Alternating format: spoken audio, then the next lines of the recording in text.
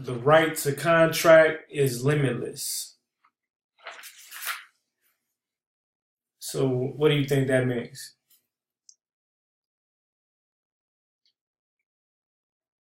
Hello, are you there? The right to contract is limitless. When you first hear that phrase, what do you think? What crosses your mind?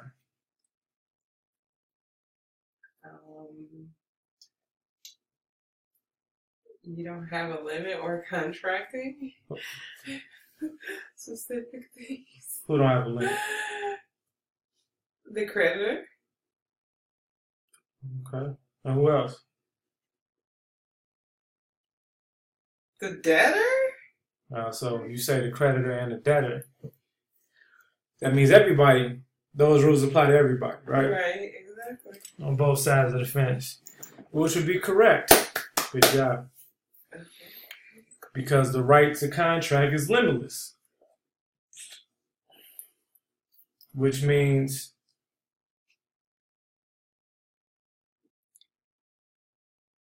if a person or agency, agent, or whatever you want to call them, sends us an offer or gives us an offer,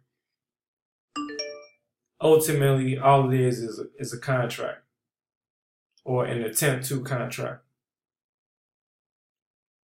So let's say we counter with a proposal or a conditional acceptance to the contract,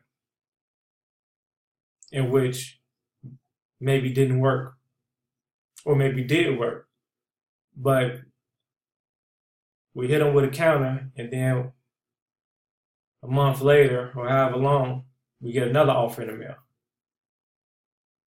from the same agency, same agent, maybe different offer as far as price and value and stuff like that. So what's the first thing that will come across your mind if somebody sent you an offer in the mail, say a bill, and then you countered it to get rid of it, and then they hit you next month with a higher offer? What do you think? What you think? They trying to get you the contract. I mean, no, I'm saying if I hit you with this, like, yeah, I'm finna get pay me $150 for this traffic ticket. Okay.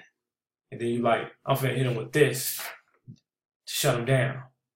And then I come back next month with another offer, $300 now. I raise it on you. What's the first thing that crossed your mind? Oh shit, they raising the bill on me. Let me hear every contract before. Because what you did didn't what?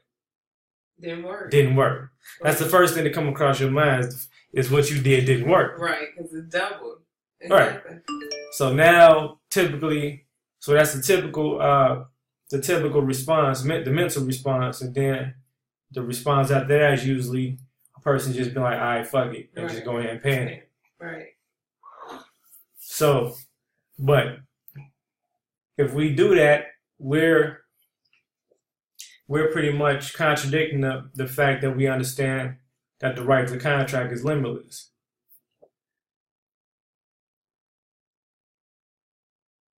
Oh, so you're saying along with the debtor and the creditor, you saying it's limitless? Like they can just keep doing it until you actually. To a certain degree. To a certain degree. It's like a 3 strikes you out deal. It's a certain type of way you play the game. Technically it is, but technically it's not. It's like usually after a second or third, it's like, you know, it's you either won or you lost. You know what I'm saying? In most cases. Cause then you gotta switch up who the offer is. Like I would have to, if I want to come back at you, I'm gonna sell the contract or the account or the debt to a third party. Right. Then, so now they gonna come. Right. So now we both eat. We're gonna split it up. So technically it is, technically it's not. So the point is though, the first time we hit these guys with counters, it's like we could have very well won. that first round. Right. They sent you a new offer, typically with a higher offer, because the first one you didn't accept the first offer of 150. Oh, okay. Okay. So now I'm gonna send you an offer of 300. So that's going to be, and the reason why we're gonna send you a higher offer, even though you didn't accept the lower offer, is because we know mentally and psychologically that's gonna strike fear of defeat. Right. You see what I mean? Right. So now so next thought comes to your mind like, fuck, let me go ahead and pay this shit before this shit gets to $900. Right. You know what I'm saying? Right. So we forfeit off of fear. So point of saying that is that get the first offer, we interject, we counter. That's not the time. If they try to recounter, that's not we don't give up there. Okay? Are you second offer? Same deal with the first one. Third offer? Same deal with the first one. Keep playing this game all day. It's just like playing hot potato. Pass to me, I'm passing right back to you.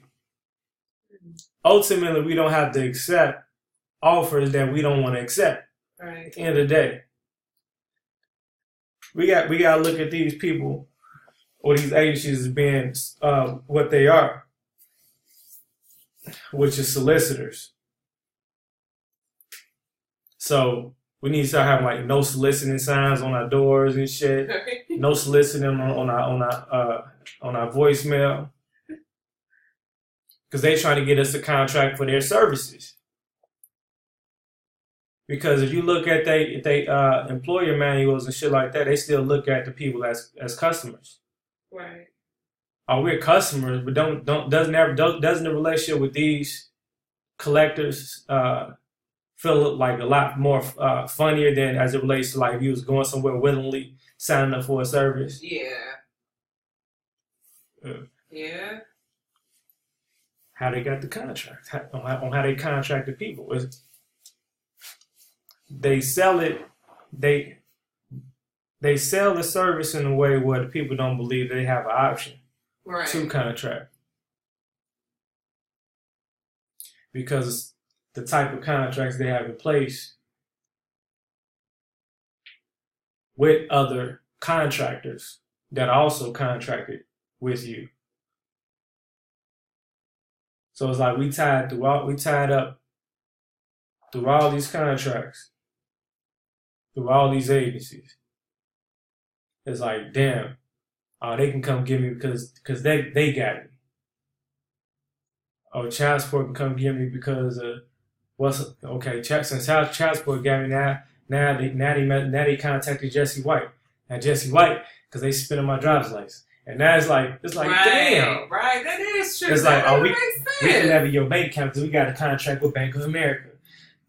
Right. We can you know what I'm saying? It's like, didn't even do that. We can garnish your wages because we got a contract with your employer. That's illegal. No, I mean, it should be though. Like, how you gonna jump to something else? Contracts. Because I'm dealing with you though. Like, contracts don't have any feelings. Contracts don't have any feelings or emotion. Especially a driver's license, how you just mentioned that. And neither does business. So we gotta remember that. So I think we could better realize the type of game we're playing if we're able to cut off the emotion from it.